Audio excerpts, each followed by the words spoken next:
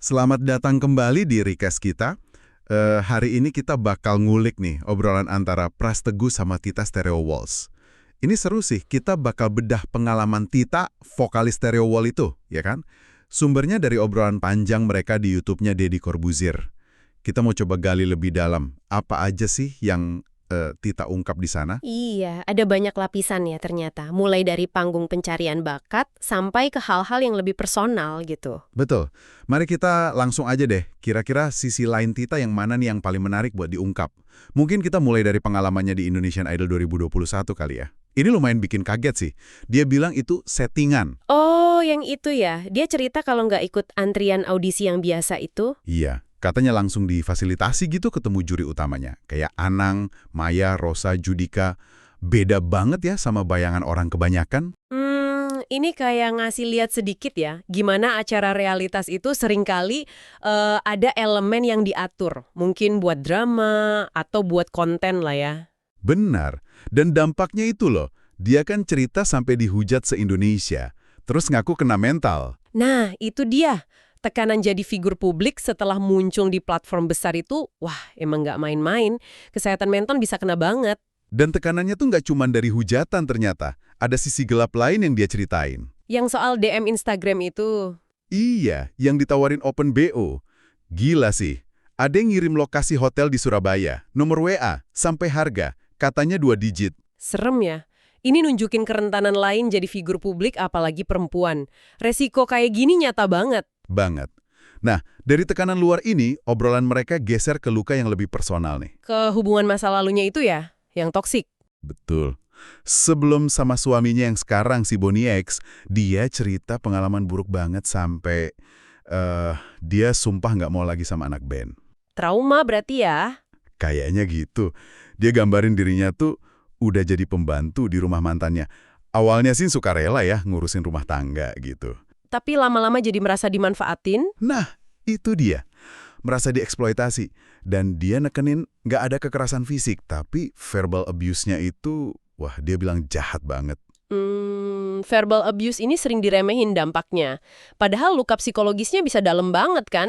Sama parahnya kayak fisik, malah kadang lebih membekas. Iya, kata-kata itu bisa nyakitin banget ya. Sampai ngerusak harga diri gitu. Betul. Istilah jahat banget yang dia pakai itu nunjukin seberapa intens rasa sakit emosionalnya waktu itu. Dan ternyata tekanan mentalnya tuh sampai ke titik yang bahaya banget. Tita ngaku pernah kepikiran mau bunuh diri. Salahnya. Gila ya? Wah, itu udah tanda tekanan mental yang ekstrim banget. Biasanya muncul di situasi toksik yang rasanya udah nggak ada jalan keluar lain. Dia juga bilang kondisi mentalnya aneh waktu itu. Bisa ketawa pas dengar musik sedih. Bingung gitu. Itu mekanisme pertahanan diri mungkin ya, tapi jelas itu kondisi yang sangat berat. Dan yang menarik, trauma ini masih ada bekasnya sampai sekarang. Maksudnya gimana? Dia cerita, jadi takut kalau mau ikut acara suaminya, si Bonix, harus nanya berkali-kali. Aku boleh ikut nggak? Kamu nggak apa-apa aku ikut? Oh iya, dia cerita itu ya. Karena pengalaman sama mantannya dulu yang bikin dia ngerasa nggak diinginkan. Persis, jadi itu bukan sekedar nggak pede biasa, tapi respons trauma. Luka spesifik di masa lalu itu membentuk kecemasan spesifik di hubungan yang sekarang, meskipun hubungannya mungkin lebih sehat. Pras Teguh juga sempat nyambung kan cerita pengalaman dia juga soal hubungan toksik. Jadi ini emang isu yang bisa kena siapa aja ya? Iya, nggak mandang status atau latar belakang. Penting banget buat kita aware soal ini. Tapi di tengah cerita kelam itu ada sisi kontrasnya juga sih. Kehidupan Tita yang sekarang. Sama Bonnie X ya, yang musisi juga. Dia cerita sekarang suka masak, katanya karena dapurnya bagus, terus Bonnie X suka sup buatannya. Kayak gambaran hidup yang udah beda gitu. Nah, ini nunjukin resiliensi ya. Orang bisa bangkit dari pengalaman sulit. Tapi penting juga buat ingat, bangkit bukan berarti lupa total atau sembuh seketika. Maksudnya, bekas lukanya masih ada. Trauma itu mungkin masih perlu dikelola terus-menerus.